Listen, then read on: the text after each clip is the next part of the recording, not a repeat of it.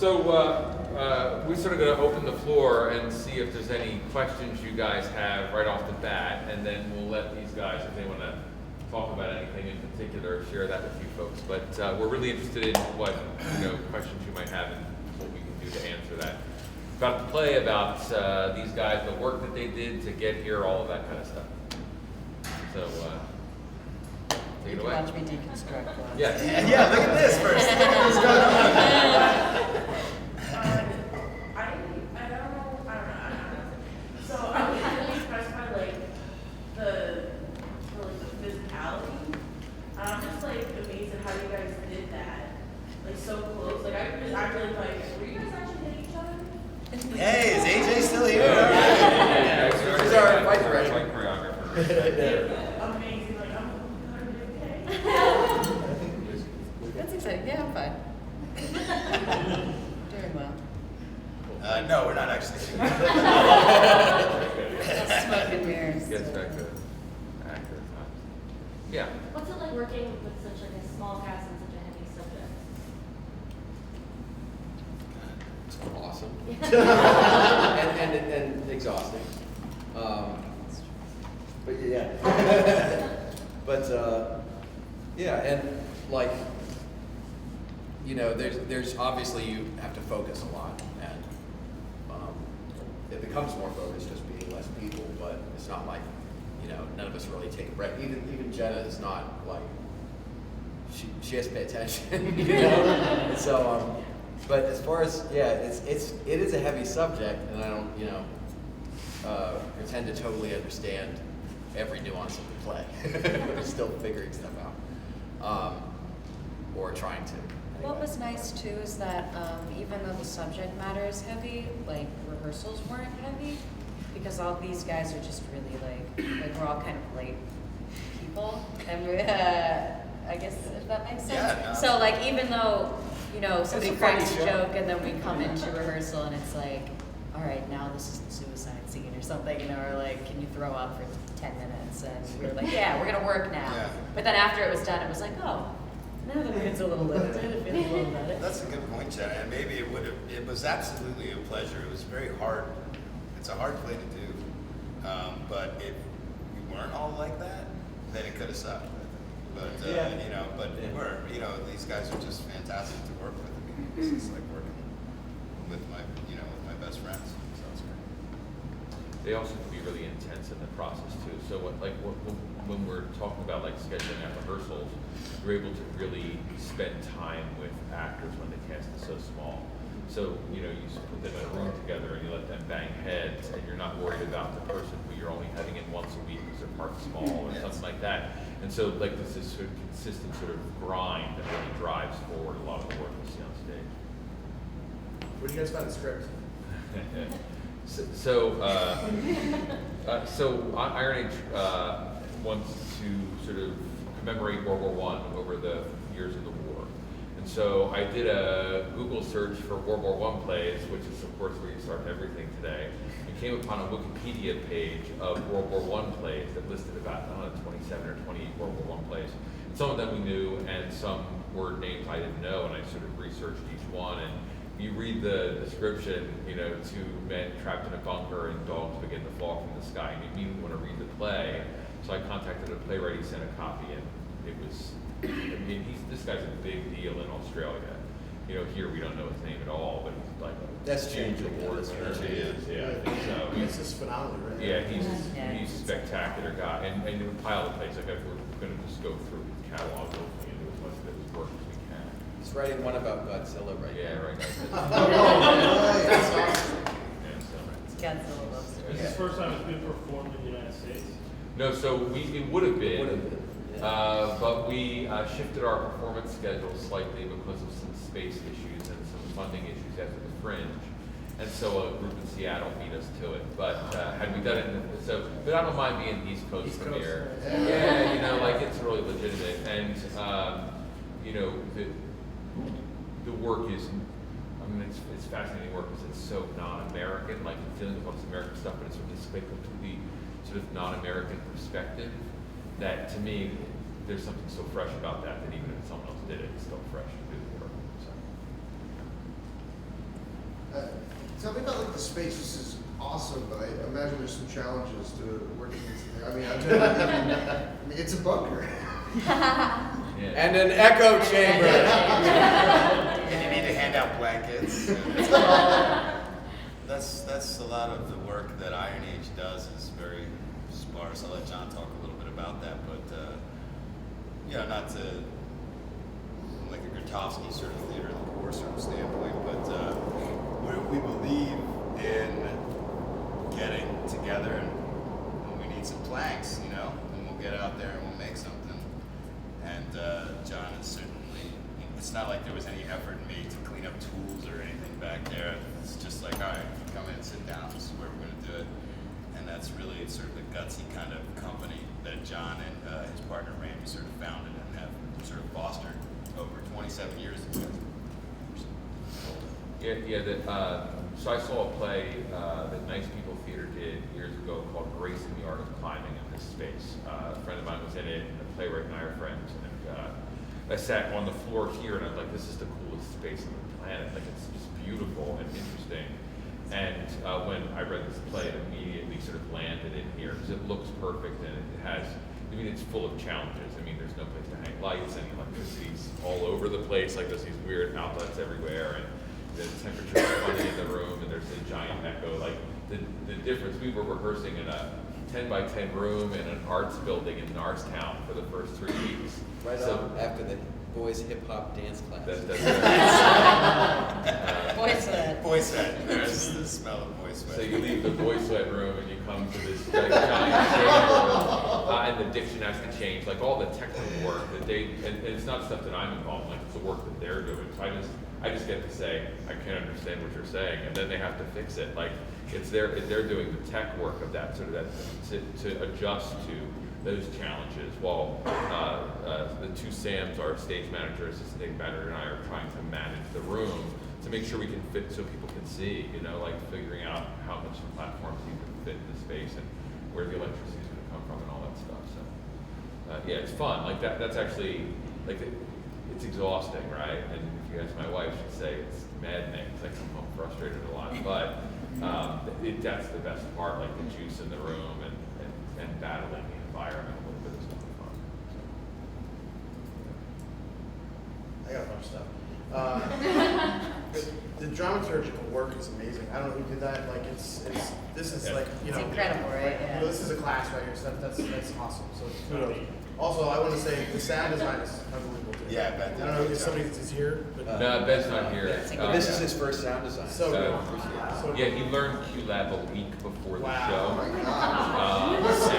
But Ben's master electrician at the Lantern, and he So is good. also for Azuka. He's production manager for Azuka. I taught him in high school, actually. I taught him English in high school. He's a great writer, super smart guy. He works for the Fringe Festival. He's like one of those role players in Philadelphia. And when we started to do this, we were like, we need a sound designer. And he said, well, can I give it a shot? And that's sort of the Iron Age thing, is like we want to give people who don't get a shot at certain things a shot. Like, it's really our philosophy. So I said, go ahead. And we were nervous. I'll tell you what, walking into tech, I hadn't heard a thing yet, and I was nervous. And then this stuff starts coming out of the speakers, and it's spectacular. Yeah. We had a couple of long conversations about the play intellectually. Like, he said, that's where he works, and then just didn't sleep for a week and built a show. So yes, it's cool as hell. You did a great job. Yeah. What else you got, Dave? Brittany's got something. I guess this is more specifically for you.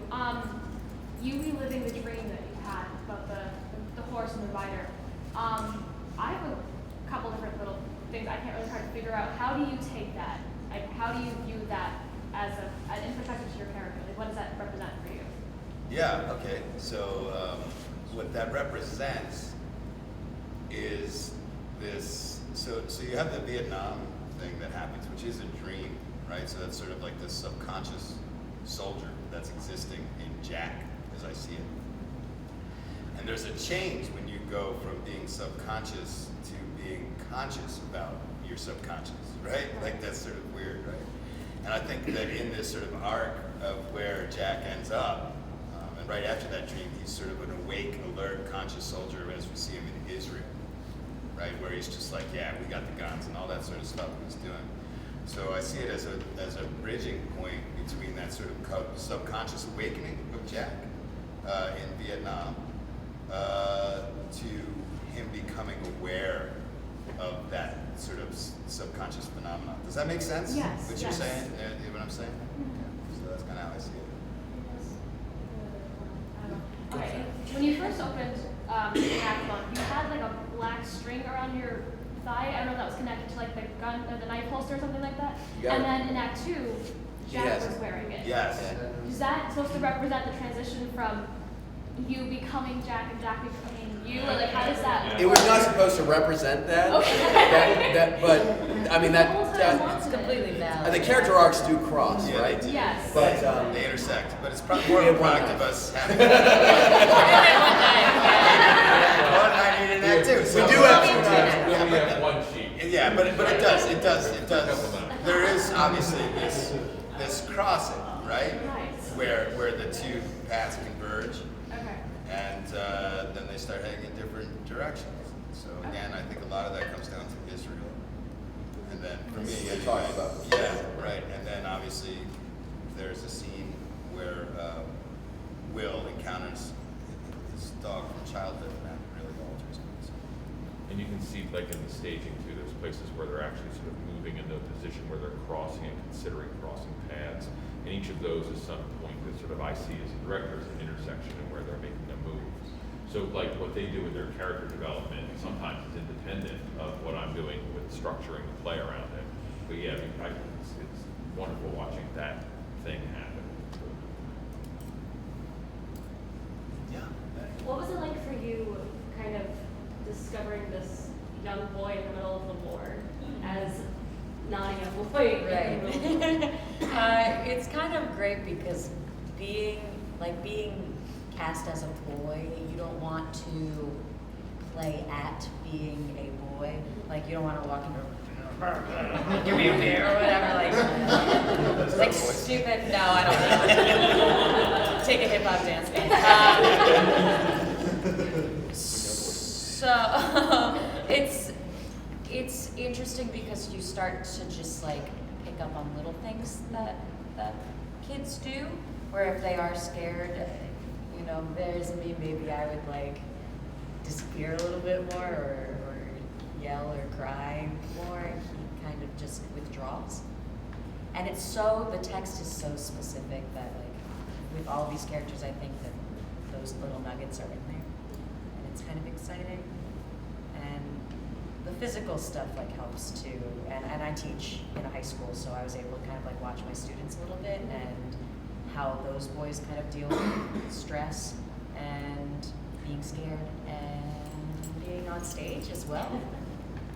And with adults that they trust and don't trust. Like that was kind of interesting to look into. I think I answered your question. Yeah. Do you think there was a message? Do you think there was a message? Oh, this game.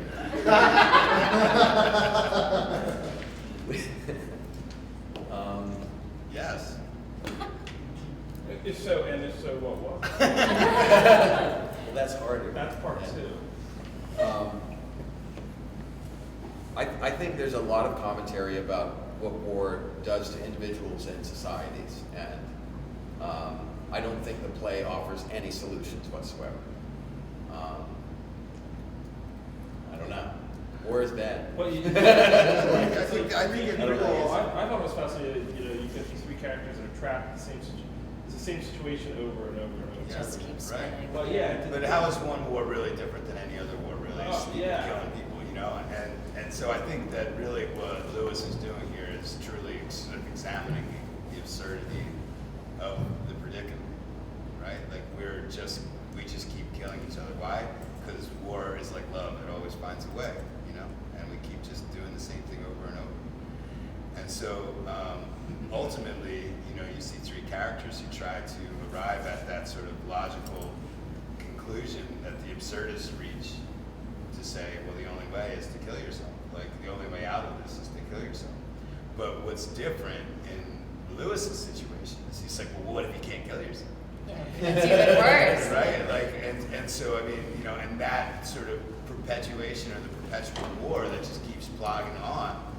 And so these characters, they're the same characters over and over in every war that we have. It's just people killing people, you know? And so I think that's my take on it, is really, you know, what is our hope. Our hope is that you don't leave here feeling good, right? Mission accomplished. Yeah. Like that. In a good way. Yeah. They want you no, to I be mean, big and in this news. is our, and this is for you guys who are doing theater, you know, and you guys up at Kings and everything like that. This is what we do, man. This is the difference that we can make. This is our protest or our war, right? To go out there and do this and shake up the way that people think, you know. And so hopefully you leave feeling unsettled, and that unsettled leads to action within you or change within you or the people that you come into contact with. In plays like this called conversation, like that's the whole job. So like, I know what it's about. Lewis has lots of things he wants to talk about. I think he hits a lot of that on the head there. He's really concerned about mechanized war. He's really concerned about civilian casualties as the new battlefield. But there's a huge issue for him in the play about, you know, the fact that no longer is war between combatants, that civilians are now combatants, and you know, Lucia ends up that sort of change takes place, and it's right at London, right? The bombing of London, and that sort of just substantial change in warfare, and you can sort of click through that part of the issue that he's talking about too. But in the end, us giving an answer to what the play's about, as Luke says, is not really the thing. Like, it's really about you guys having an argument for the rest of your week about it. Or the ride back to Wilkes-Barre. Yeah. Like, there's stuff to talk about it, and there's questions to ask, and those questions are what drive people forward. And in this space, with you guys being 15 feet away from them, like that's what makes it real, right? It's easy to watch a movie and say, that was some other guy's thought, but here, like, they're spitting at you while they're talking, you know? And that's the thing you can do in theater, like when you're acting, like that's the thing that really makes it work, or spitting on purpose, I guess. So. First of all, mission accomplished. I just calmed down. Isn't that so Oh, much she's fun? calm Like, already. you're like, what is this beach I music? might still cry a little, not gonna lie. It's still like right here. But I know like there's actual animals falling in the story, but is there really animals falling? Like, is that a metaphor or is it like actually happening? Like I know it's actually happening, but is it actually happening? So in the world of the play, do the characters actually see animals fall? Like, is it supposed to be a metaphor for something else, or are there literally actually animals falling? No, in the world there are There animals is, yeah. falling out of the sky. But for an audience, it's a metaphor. It's both. It's both. So you are correct. Is that the right answer to your question? Yes to both. I was thinking, like, could it be something more than just animals falling from the sky? Right. Or is it literally just animals falling from the sky and squashing people? No, I think everything in this play is a metaphor for something, and we don't know what all of them are yet. Like, I think I I was- was such on Will's speech there. At the end. yeah. Well, that's the theory of the play, is that a hole's ripped in heaven, or Will's theory is that there's a hole ripped in heaven, and all these animals are spilling out every time. More bodies go, more souls or whatever go up, more spill out. And it's dogs, because all dogs go to heaven. They made 2 movies about it. Anybody who's it's great to leave They make that. 5, I think. I think There there's could have 5 been. in this count. So, but like I was messing with the theory that I talked to you. I don't know what you think about that. I think it's fine. It's a fine theory. What is Talk about it? Great. I was thinking over the last couple days or whatever, and I was wondering if maybe Jack and Will, like that, if Jack is the unconscious mind, and that is if Will is the rational mind, like the awake conscious mind, saying, no, this is what we need to do. So from the start, Jack is, I don't know what you think of this. Yeah, that's good. Let me have it, buddy. So Jack is like, no, but he's talking about how he feels about things. And Will's saying, no, don't think about it. You have to do these Yeah, things. sure. But once they cross, then Will knows, yes, war is bad, and we need to stop doing this. But the unconscious has been corrupted or tainted or whatever. You just can't. Like you ask most people, is war a good thing? They will say no. And yet, we're still at war all the time. But part of that, part of my line of thinking and coming to that is that you have 2 speeches that are dreams. And there are 3 scenes in which I wake up before participating. Oh, that's pretty wild. That's true. Yeah. So we're figuring. So we don't, we don't know a lot of things, but we're trying. And just to say something about that question, right? Here's the thing. So that doesn't help them act all that much. No. And that's the It's just so, fun. You can't act you that. go through the scenes and you find out where the pieces and the metaphors are, but there's a point when they have to figure out what they're acting in. And sometimes I'd say something that they'd be like, that's useless, John. Like, that doesn't help us act at all. So You a want us lot to of what act they're like an doing is- atom bomb? All right. So, Just get closer together. Yeah. If you guys could talk about the comedy, like the end act 1 was like hilarious, and the Abbott and Costello sort of thing that happened. Yeah. But like, I don't know, it's a question for you guys. Like, I felt like I wasn't allowed to laugh at first. You know what I mean? Because it's so heavy, and then all of a sudden it's like, wow, it's really funny. And then, so I mean, did you guys discuss that at all, or like, did, I honestly I don't know think if it's it's a felt that way. very, No, I don't know. I think it's a very European thing. Like, I think it's hard for Americans to be like, oh, should I laugh? right? Like, it's hard for us to laugh. But in Australia, at least from what I know of what they're interested in entertainment-wise, like, they laugh at a lot more serious shit than we do. Because they're like, oh, this is hilarious. Like, somebody just died. And you're like, oh, I don't know if I can laugh at this. I feel a little PC police right now. They're like, what are you talking about? At least, like, my friends overseas have been like, oh, why won't you laugh at that? I'm like, I don't know, am I allowed to? Yes. I'm like, oh, okay. Yeah, I think that's one of the joys Yeah. of the absurd pieces, absurdist in general, is that it's just pretty dark shit. Yeah. But we have to laugh Yeah, pop at that it, in right? there. Like I did Exit the King earlier in the year, and Yeah. that's all about death and the absurdity of death. So it's very similar to this play, but like you're supposed to laugh at these ridiculous people who are saying these absurd things about a topic that we all know. But in that show too, people are like, oh, I don't know if we're supposed to laugh. It's about death. This guy's gonna die, and you're like, yeah, that's the point. And like in ancient Greek theater, the comedies are the educational tools, or like you're showing what's absurd about or ridiculous about a situation, or like, yeah, I can laugh at that. Wait a minute, but that's a serious situation that affects all of us, and yet it's ridiculous. We should do something to change that. It's not ridiculous. They I don't know what happened. rehearsed. We sort of rehearsed in 2 factions. We rehearsed a lot of the play really seriously, like we worked it hard. They have to find their place, and then I would say, all right, we're going to goof it now, and they would let it go for the comedies, both to lighten it up so they could breathe, but also to get a sense of where. Triple in fact, Lincoln it is. worked Triple really Lincoln Yeah, did. it's There's a couple that it doesn't do, but you just sort of see what sticks. So you're like, just go completely comedy this run, and then you see like what stuck, what was viable to do it with, and there's some things they do that, like that "No, you do" underneath the mask. It's like obviously it's like a complete gag moment, right? But its integrity into the script is going to be worth it. All of Korea. Yeah. Right, Yeah. all of Korea. I think it's safe to say wherever we thought we could try to get a laugh, we were coming for it. It's amazing how it turned That on makes a dime though too, like the home scene. You guys are like Yeah. it's clowning and awesome, and then like, oh, that happened, right? And that's great. It's really great. We're talking about the war at home. Getting caught in like your laughter too, where you're like, am I a bad Yeah. person?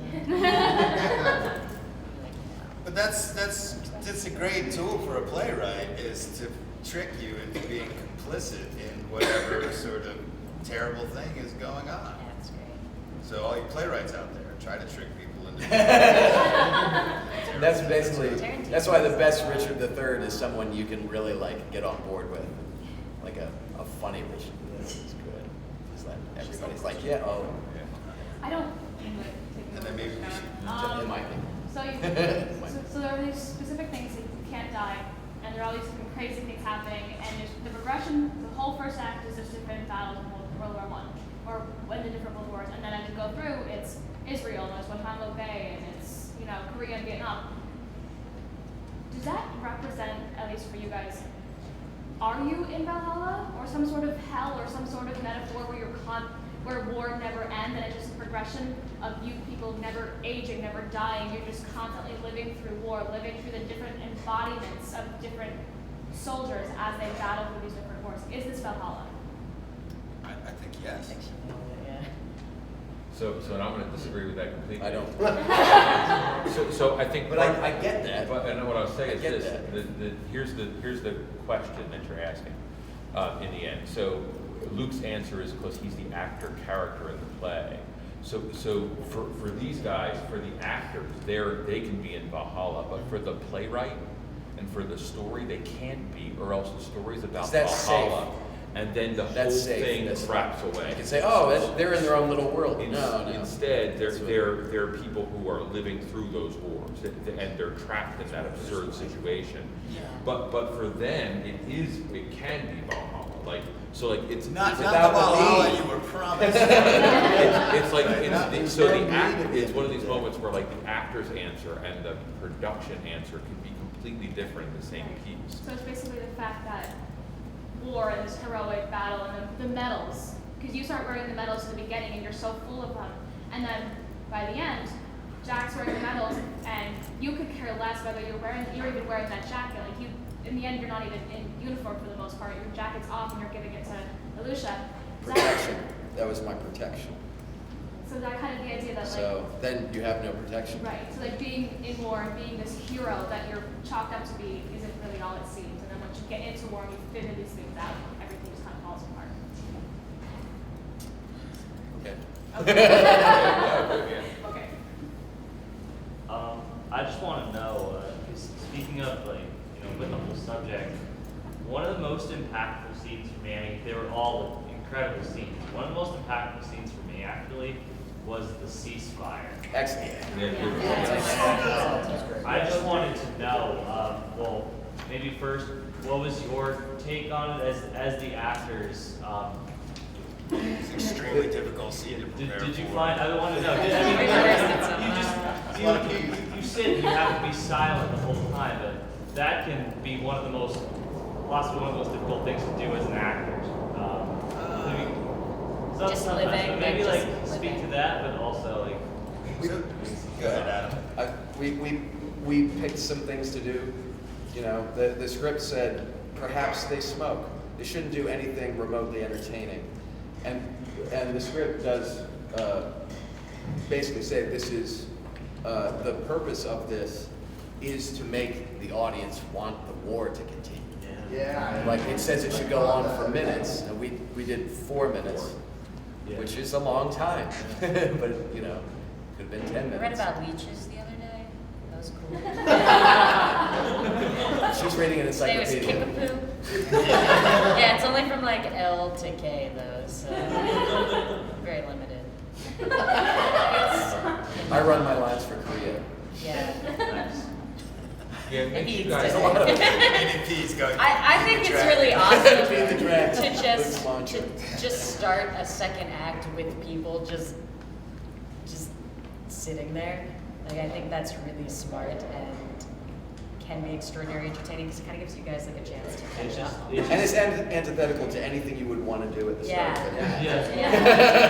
Yeah. But it works. It stunned me Right. because You're like, what is going I was You- watching, I'm like, what? And then I saw the ceasefire, and I'm like, oh, I get it. you have these characters who some are still trying to protect their humanity, and they hate war. They're sick of dealing with war, and then the war is stopped, and they have nothing to talk about. on. Right. It's just incredible. Yeah, the author really wants to make you complicit. I mean, that's what he wants to do. And there's a measure of sort of theater of cruelty in this whole thing. Like, this is an antagonistic play to the audience. It's meant to cause you some pain. And that particular scene is really about, it's really confrontational. As much as like they're doing nothing, at minute 3, there's no way you're not having some reaction to that, and that's what the playwright wants. And then when that alarm goes off and the war starts again, there's a relief that you don't have to, like, the wait is over, and the playwrights want, like, he's got you for Act 2, you know. So he's a really smart guy. That's so smart. You can like cough and break the silence. You don't even want to breathe, like exhale, just like this. Yeah, I heard everybody cough once the blackout came. It was like, No, yeah, I felt like we might, and we may, get awkward laughter. we got one giggle yesterday. Because I know me as an audience, I'd like giggle as soon as, like, minute 2 probably would roll around and I'd be like, I see what you're doing. Okay, I'll watch you pick your ears. You know? Sometimes. So one more, let's do, we got one more One more question, yeah.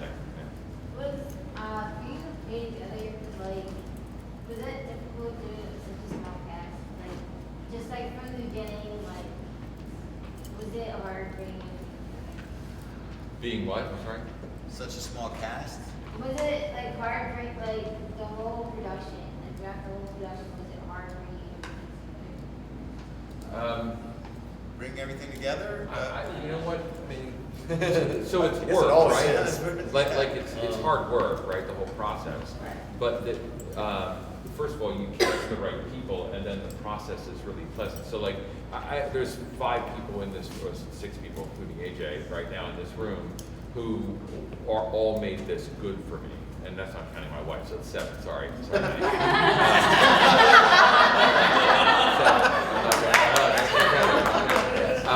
But that's the thing. So like, there's a burden that comes with putting this together for everybody here. But everyone's burden is lessened by the fact that the community of artists working together are supporting each other. So we go into rehearsal, and if I'm looking wacky, Luke smacks me around, right? Or Adam tells a bad joke, or Jen does something silly, or makes a snide comment about her voice, or whatever it may be.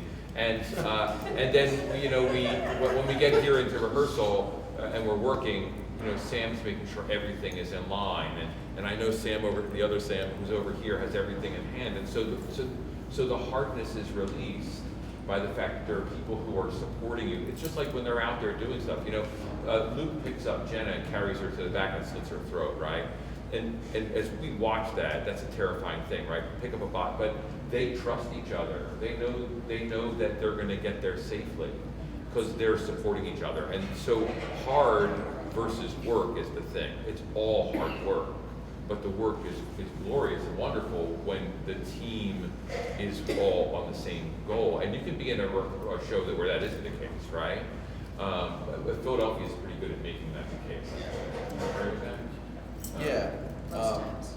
Most times, because typically, a lot of the companies in this town are tight knit, and if you're difficult or just, you know, kind of a dick, you're not going to work very long in this town, typically, unless you're really talented. The number one rule in our Even then, people just like, no, I'm not dealing with that person. I don't care how good their audition was. We're not dealing with that. And I mean, we truly So, are like. Don't be a dick. Yeah. But I mean, like, we truly are like great friends, and like, you know, Jenna is new to Iron Age, but I mean, I don't think we'll let her go anywhere. No, I mean, like, She's got you a know, craving. let's keep her around as long as we possibly can. But I mean, like Adam's child was born in my house. I mean, like, you know, like, we really are very close people, and so. Yeah, it was really amazing being like a new person in an environment of like a family too, because they're just so warm and welcoming that like you feel safe to do a play like this that is a heavy subject matter, not be your gender for 2 hours, you know, like, but that's like a safe thing, and they're all like there with you, and there was never any doubt that anybody in this room wouldn't do what their job was. And sometimes in shows, like, that's not the case. And you're like, I don't know if this person's going to know their lines, or... That's good. All right. Okay, well, I want to thank you guys for coming. It's Yourselves well. absolutely Yeah, thank you. spectacular.